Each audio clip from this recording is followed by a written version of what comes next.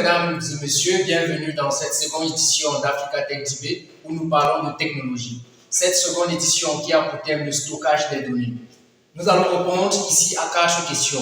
C'est quoi les données? C'est quoi un serveur? Quels risques courons-nous en envoyant nos données sur Internet?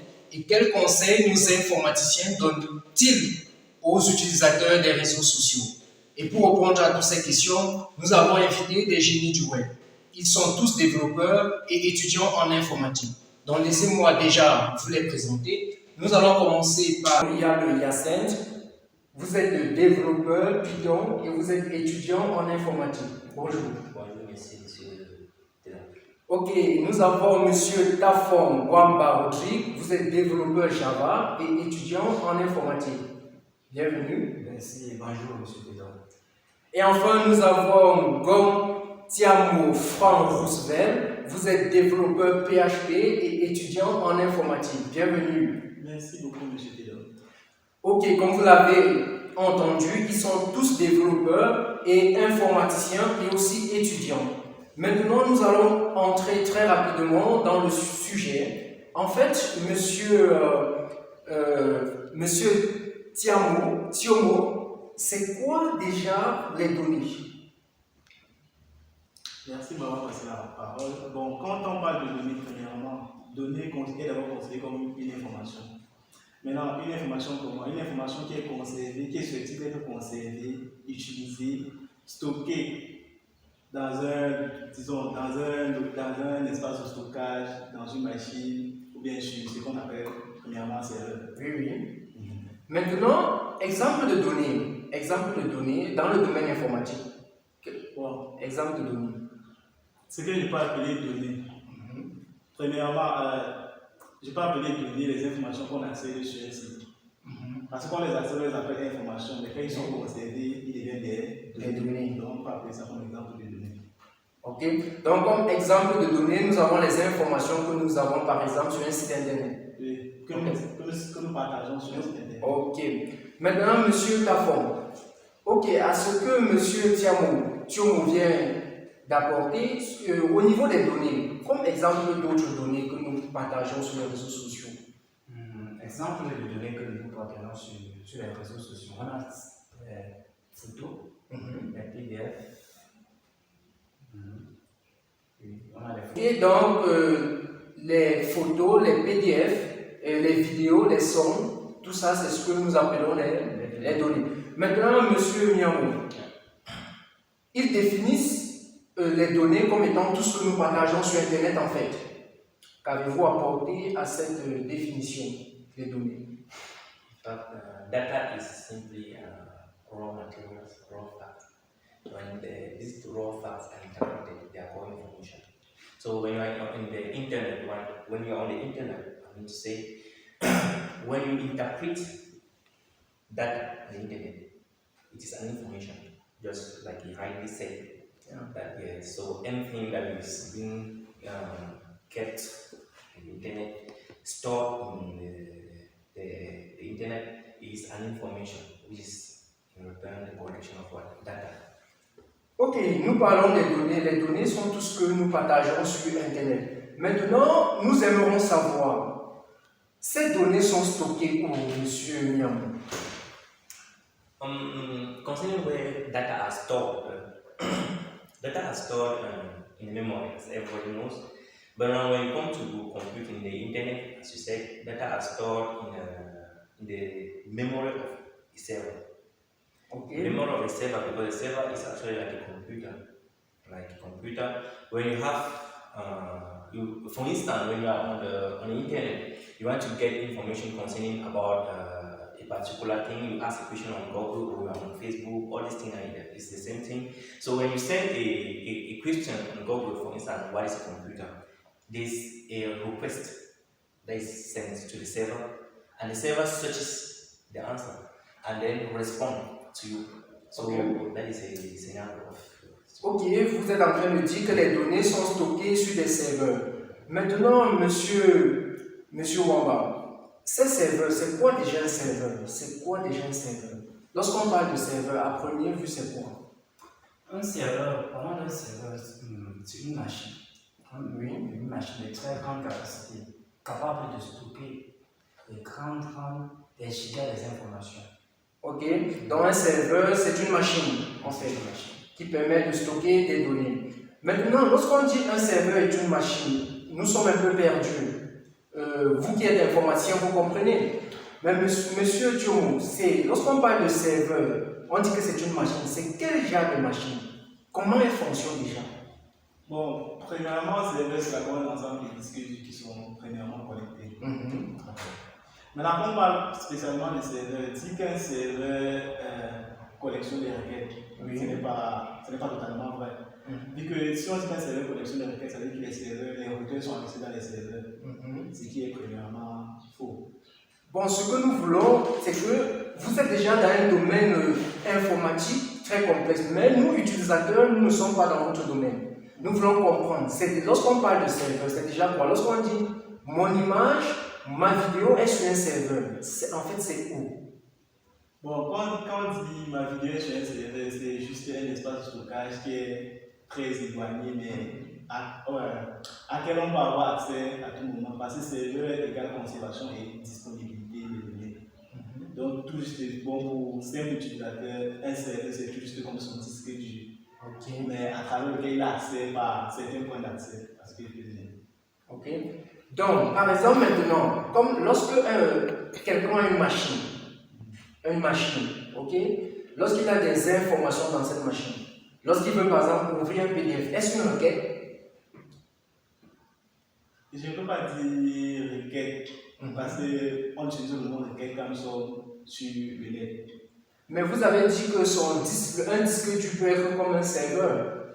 Oui, c'est ce que j'ai bien dit. Et chaque machine possède un disque dur. Oui. J'ai dit un serveur, c'est un disque dur à travers lequel on peut avoir accès en utilisant un point d'accès. Ok. Maintenant, quand on ramène ça sur l'ordinateur, pour avoir son ordinateur, il n'a pas besoin de point d'accès, vu que c'est directement installé dans son ordinateur. Ok. Vu que c'est déjà devant lui, en fait, il n'a pas besoin d'accéder quelque part pour chercher ses données. Maintenant, tous les jeunes, et pas seulement les jeunes, tout le monde aujourd'hui, en fait, utilise les réseaux sociaux tels que Facebook, WhatsApp, Instagram. Maintenant, monsieur Wamba, les informations que nous partageons, telles que les images, les vidéos, sur ces réseaux sociaux, ne coûtent-ils pas un risque?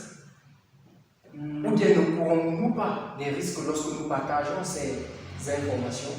Évidemment, on court plusieurs risques en stockant nos données dans certains serveurs, dans le sens où qui surveille, qui garde nos informations.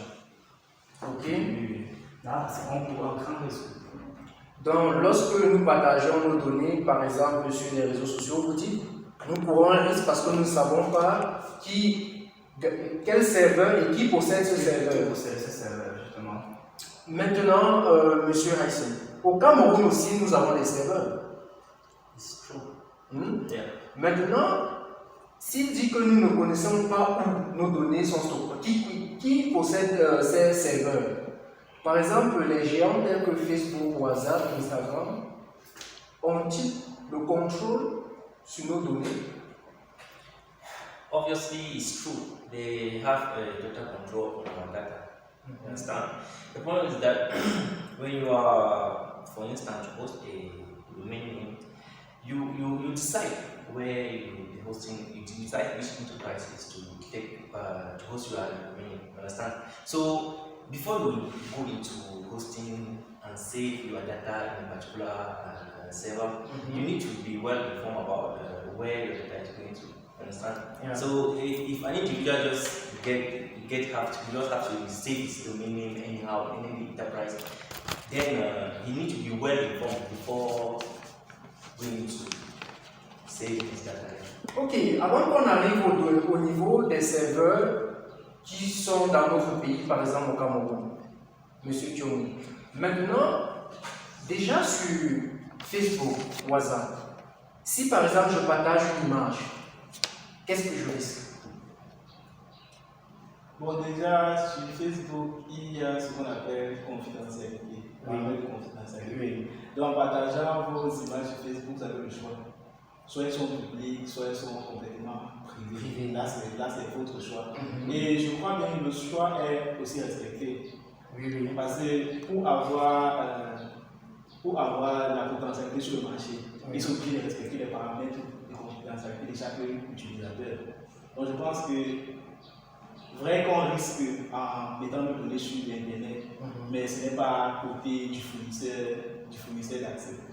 C'est plutôt côté utilisateur. Maintenant, j'admets que j'ai envoyé une image sur Internet, ou bien sur n'importe quel réseau social en fait. Par exemple, qu'est-ce que quelqu'un de mal intentionné peut faire avec cette image? S'il a accès à l'image, il ne peut déjà. La chose qu'il peut faire, c'est peut-être modifier l'image ou bien encore la reposter. Et je ne vois pas trop l'utilité de chercher ce genre d'informations sur le net. Mais pour quelqu'un de mal intentionné, c'est la seule chose qu'il peut faire avec. C'est vraiment essayer de la reposter, modifier les images et peut-être vous présenter au monde comme quelqu'un que vous n'êtes pas. Ok, monsieur Wamba. Ici, le seul risque que nous courons, et que monsieur Thiomo nous dit, c'est que bon, quelqu'un peut modifier vos images. Est-ce qu'il y a-t-il encore d'autres risques? Il y a plein de risques. Parce qu'en prenant peut-être une photo, prenons l'exemple d'une photo que vous voulez peut-être envoyer à un ami, à une amie, et après ça tombe, un hacker intercepte. Et là maintenant il rend public la photo. Ah, c'est votre réputation. Donc, ce que vous êtes en train de dire, c'est qu'en cherchant à envoyer quelque chose de privé à quelqu'un, justement, sur les réseaux sociaux, quelqu'un peut prendre ça. Justement, et rend public. Donc, ici, il s'agit déjà d'un domaine de sécurité en sécurité. Donc, tous les réseaux sociaux ne sont-elles pas sécurisés? Non. Ne sont-ils pas sécurisés? Non, je ne peux pas dire elles sont tous sécurisées parce qu'on dit souvent, quand on veut que quelque chose ne soit pas hacké, il faut qu'on la prépare. Une fois déjà en ligne, il y a des gens, il y a des gars qui s'en sortent, ils peuvent vraiment hacker. Donc, en résumé, ce que vous êtes en train de dire, c'est qu'il n'y a aucun réseau social qui est sécurisé. Donc, le seul réseau social qui est sécurisé, c'est celui qui n'a pas encore été créé. Maintenant, monsieur Miamou, revenons au niveau du Cameroun. Nous avons constaté que malgré les serveurs qui sont déjà au Cameroun, que vous allez nous dire, la majorité des informaticiens camerounais hébergent des applications et logiciels, des sites web toujours à l'extérieur, en Europe en fait, dans les serveurs européens. C'est quoi? Quelle est la cause de ça? First is that maybe they are not well informed. Yeah, because before on a computer, those enterprises are being created. Those people were already using the internet. You understand? So we are a little bit slow in the information. So some people are used to hosting in enterprises that are found in Europe or in any other country out of Africa. So now they are not informed. Some people, I think they are not informed. Some people, when they are informed, they don't have that trust in those enterprises that are found in our country. So maybe they think that hosting abroad is going to be the best. You have maybe the best security or the best service or a reduce maybe the price plays too, because the hosting they have to pay for the domain name and for the hosting, I don't know. So I think that the price people have to play inside. Ok, donc ce que vous êtes en train de dire, c'est que certains informaticiens camerounais préfèrent l'extérieur parce que généralement souvent ils ne sont pas informés et peut-être à cause du prix. Okay. Maintenant, monsieur Thiomo, vous en tant qu'informaticien, que pouvez-vous conseiller déjà aux développeurs? Quel data center ou bien serveur pouvez-vous conseiller aux développeurs au Cameroun? Bon, quand on dit quel data center je pourrais proposer au Cameroun, déjà il faudrait d'abord dire que la plupart des serveurs camerounais sont pour des entreprises privées. Ah, ok. Ce qui nous ouvre la possibilité aux développeurs de pouvoir, bon, disons que j'ai créé un site web. Okay. Je veux poster Et je me trouve dans une situation où tous les serveurs camerounais sont privés. Toutes les entreprises camerounaises qui ont un serveur, ce sont des entreprises privées. Et de deux, quand on crée une nouvelle application, il faut qu'elle soit publiée dans le monde entier. Oui. La plupart de nos serveurs ne peuvent pas faire ça, vu que nos routeurs ne sont pas assez. Bon, je ne vais pas dire que nos routeurs ne couvrent pas l'ensemble du territoire mondial depuis 10 ans. Bon, c'est aussi la raison pour laquelle la plupart des développeurs utilisent les serveurs étrangers, parce qu'ils ont la possibilité de pouvoir donner aux utilisateurs, à tous les utilisateurs du monde, l'accès à leurs informations, à tous les données qu'ils postent. Ok. Voilà, donc déjà vous êtes en train de dire que les serveurs que nous avons, généralement, ne sont pas ouverts dans tout le monde entier. Ok, maintenant, M. Wamba, qu'avez-vous ajouté à cela? Oui, justement, les serveurs camerounais, je me doute fort aussi, ça recouvre tout le territoire mondial. C'est ça qui fait en sorte que les développeurs choisissent d'héberger dans les serveurs européens. Ok. Maintenant, Monsieur Niamou, nous allons entrer dans une partie un peu très cruciale. Nous avons souvent entendu que, en regardant une vidéo sur Internet, ok, on dit que cette vidéo a été modifiée, ça a été un montage. Comment pouvez-vous expliquer en tant qu'informaticien cela? Est-ce vrai qu'on peut prendre une photo de quelqu'un sur Internet et on anime? That is it's very possible. With a 3D animation, it is very possible. We are in the 21st century where many things are possible. Understand? I just need to have an image of you and I can manipulate it and I can do anything about the image. You must have seen many images on social media where you see people well dressed, people that you know well dressed, they found themselves in America, in which you know they have never taken a plane. And this is possible due to the fact that there are some software that are used to modify and animate images, videos, and objects. So they can transform you as a human being to be an animal. They can transform you to be here, present where you are, to be found in America. Et tout ça est possible avec l'informatique? Very possible in computing, the concept of computing, yes, it's very possible. Ok, M. Tchomo, depuis un certain temps, on attend un nouveau concept, celui du cloud. C'est quoi déjà le cloud? Bon, le cloud, c'est un service d'accès à Internet, à nos données qui sont stockées sur des serveurs physiques. Oui. Bon, pour amener ça terre à terre. Le cloud, c'est un mot apparemment anglais. En français, c'est quoi en fait? Bon, cloud signifie nuage. Et le premier concept sorti parlait d'un nuage de points qui conservait les données. Oui. Bon, quand on parlait de nuage de points, c'était juste un service pour relier plusieurs serveurs. Ok. Étant donné que les serveurs étaient exposés dans plusieurs pays du monde, et maintenant pour créer un nom qui reliait tout ça, ils ont décidé d'appeler ça nuage de points qu'ils ont amené en anglais. Cloud. Donc c'est juste une ligne de serveurs reliés et qui sont stockés dans plusieurs pays différents. Voilà. Maintenant, Monsieur Wamba, il a défini le cloud. C'est un système interconnecté où nous pouvons accéder aux données grâce à une connexion Internet. Maintenant, on dit aussi que chaque data center qui se trouve dans chaque pays et aussi dans notre pays ont la possibilité de se connecter au cloud. Maintenant, au Cameroun, quels sont les data centers que nous avons? Donnez-nous déjà quelques data centers. Data center Cameroun. On a Nextel à Yaoundé. Oui. J'aimerais que Monsieur Niamou puisse vous apporter quelque chose de plus. Et what is your question? Oui, j'aimerais savoir, au Cameroun, on a des data centers. Voilà. Maintenant, on dit que ces data centers sont connectés au cloud que M. Tchomo vient de définir. Maintenant, pouvez-vous nous donner quelques data centers que nous avons au Cameroun qui permettent aux informaticiens de déployer des applications, des logiciels? Yes, we have Proxima. Proximal is found in Douala. We have Camtel, that's also found in Yaoundé, certainly in Douala.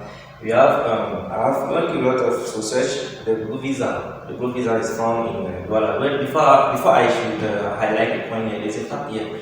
You know, there's this question you asked concerning those why the people love hosting their domain name out of the country. Yeah. So the one point is that, you know, in Cameroon we are around 24 million inhabitants, 24 million, according to the ranking of 2021. Now, on this 24 million, we have 6 million internet users. 6 million something internet users. Yeah. That is, I'm giving a range of 6 to 7 million internet users. Now, when you look at this, when you see, for example, the Proxima that I've said, the data center for Proxima and Douala, they are working with the center in Europe and America. So I'm trying to disqualify the fact that I said people maybe their water is not often a big geographical area. Yeah. You understand? Because when there are all these data centers are working with those in Africa. That is, if I host in Cameroon, my domain, I mean my website, if it's a website that I hosted, will be publicly in the world. Because this domain hosters are working in partnership with those abroad. Ok.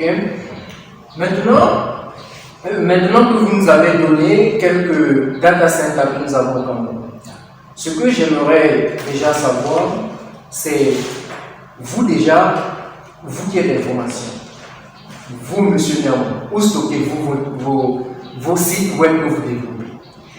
Obviously, I do that abroad.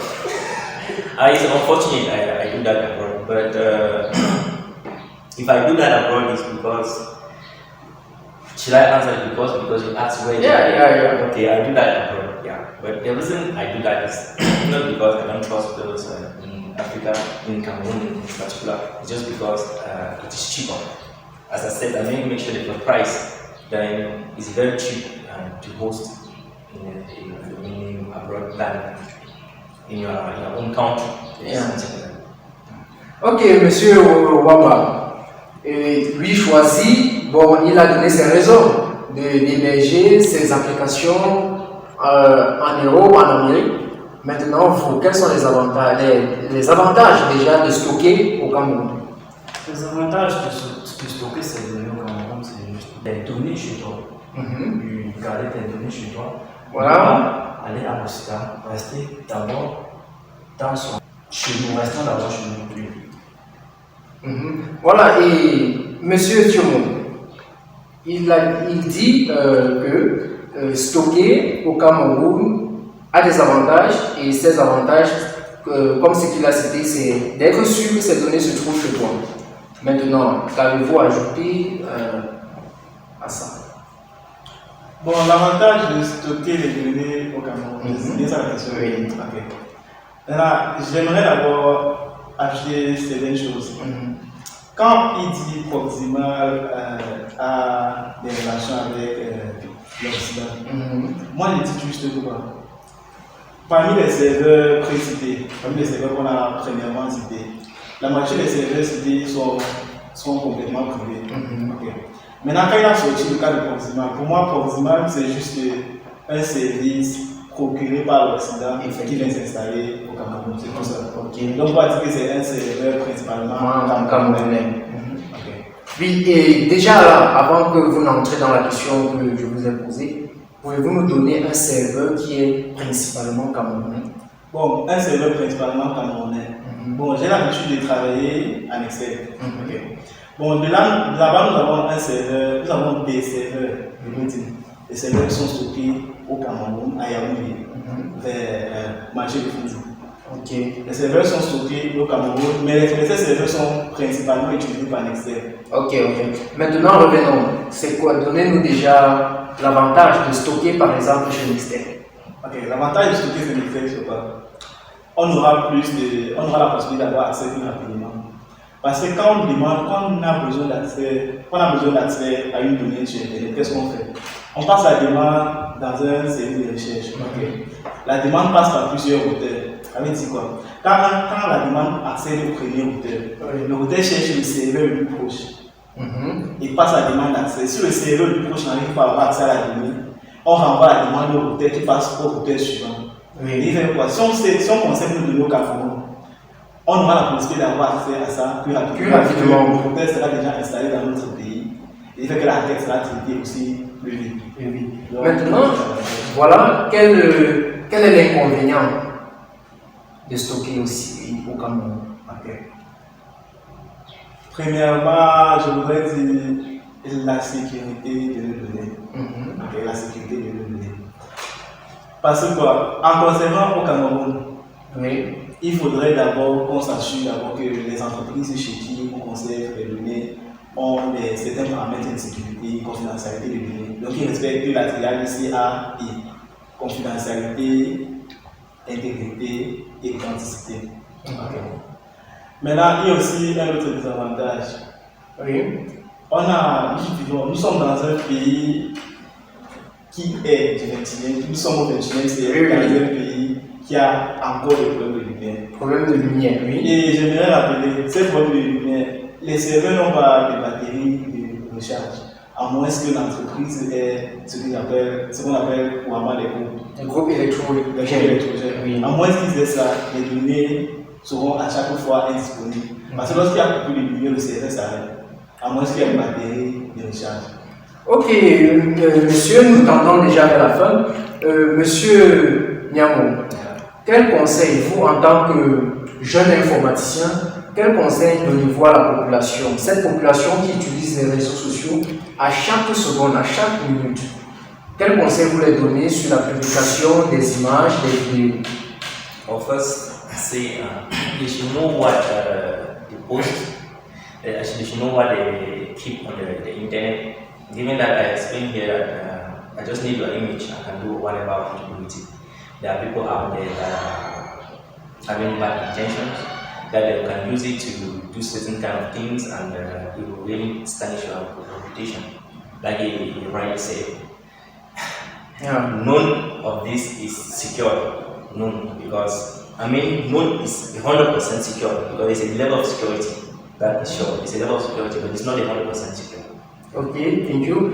Monsieur Wamba, quel conseil donnez-vous à la population au niveau, lorsqu'ils envoient les données chaque jour, les images, les vidéos, tout ça sur les réseaux sociaux, Facebook, WhatsApp, quel conseil vous les donnez? J'aimerais juste compléter ce que monsieur vient de montrer dessus. Il serait mieux que de ne plus poster des trucs bizarres, donc poster ce qui est important. Oui, justement. Lorsque vous dites poster ce qui est important, il s'agit déjà de quoi? Ce qui est important, c'est de faire le business en ligne. Voilà. Là, faire le business. Que de balancer des trucs. Ok, de publier des informations sensibles. Oui, justement. Ok. Monsieur Thiomo, que pouvez-vous conseiller à cette population? Bon, premièrement, j'aimerais conseiller à toute population, tout jeune de mon pays, du Cameroun, de s'intéresser vraiment à la nouvelle technologie. Moi, je ne voudrais pas dire, je ne veux pas les interdire d'avoir accès aux données. Oui. Moi, je voudrais les dire quoi? Ils doivent pouvoir contrôler ce qui est déposé sur Internet. Pour moi, avoir accès sur Internet, c'est vraiment l'objectif du nouveau monde. Parce que, regardez, quand on n'a pas, disons, IA au 19e siècle, on ne pouvait pas avoir certains types de communication, mais aujourd'hui, on les a. On est obligé de les utiliser pour pouvoir s'adapter, vu qu'elles ne sont pas permanentes. Si les gens n'arrivent pas à utiliser la technologie d'aujourd'hui, la technologie prochaine viendra peut-être nous dépasser. Ok. Mesdames et messieurs, nous arrivons à la fin de ce débat. Nous espérons que vous avez aimé. Comme ces informaticiens nous ont dit, première des choses que vous devez faire, vous devez prendre conscience des informations que vous publiez sur Internet. Car chaque photo, image que vous envoyez sur Internet peut être modifiée. Donc, faites très attention à tout ce que vous publiez sur Internet, car tout est possible avec vos informations. Donc, nous vous donnons rendez-vous lundi quand il sera 19h.